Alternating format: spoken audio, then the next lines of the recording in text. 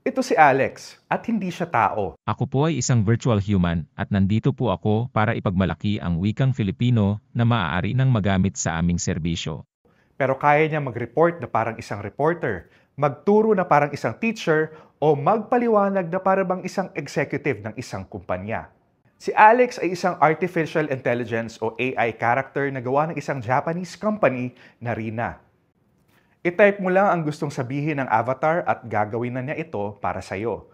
Ito raw ang kauna-unahang AI character na kayang gayahin ang Filipino accent. Napakasimple lang ng paggamit ng virtual human solution. Sa paglagay lamang ng isang script, automatic nang mababasa ng inyong piniling virtual human ang content na masasabayan ng human-like movements.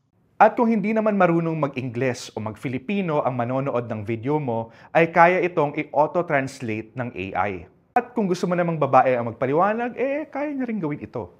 Rena aims to realize a society in which all people can exercise their own creativity through rich communication between people and AI. Ang mga avatar na ito ay hango sa mga totoong tao. May mga equipment lang na nagsascan ng mga mukha nila. Ang tanong ngayon, mapapalitan na ba tayo ng AI? Well, nakausap ko ang totoong Alex, isang Pilipino na nagtatrabaho sa Rina. Sabi niya, layunin lamang nilang tulungan ang tao. Wala silang plano na palitan ang tao. So, ang gusto namin, hindi papalitan ng tao.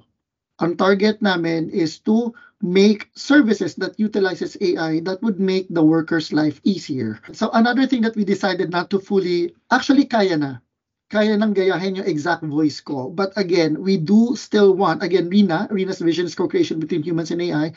We do still want people to know that this is an AI. We didn't try to mimic humans for the sake of replacing them. We made this virtual human to help you do the tasks that are just mundane and repetitive.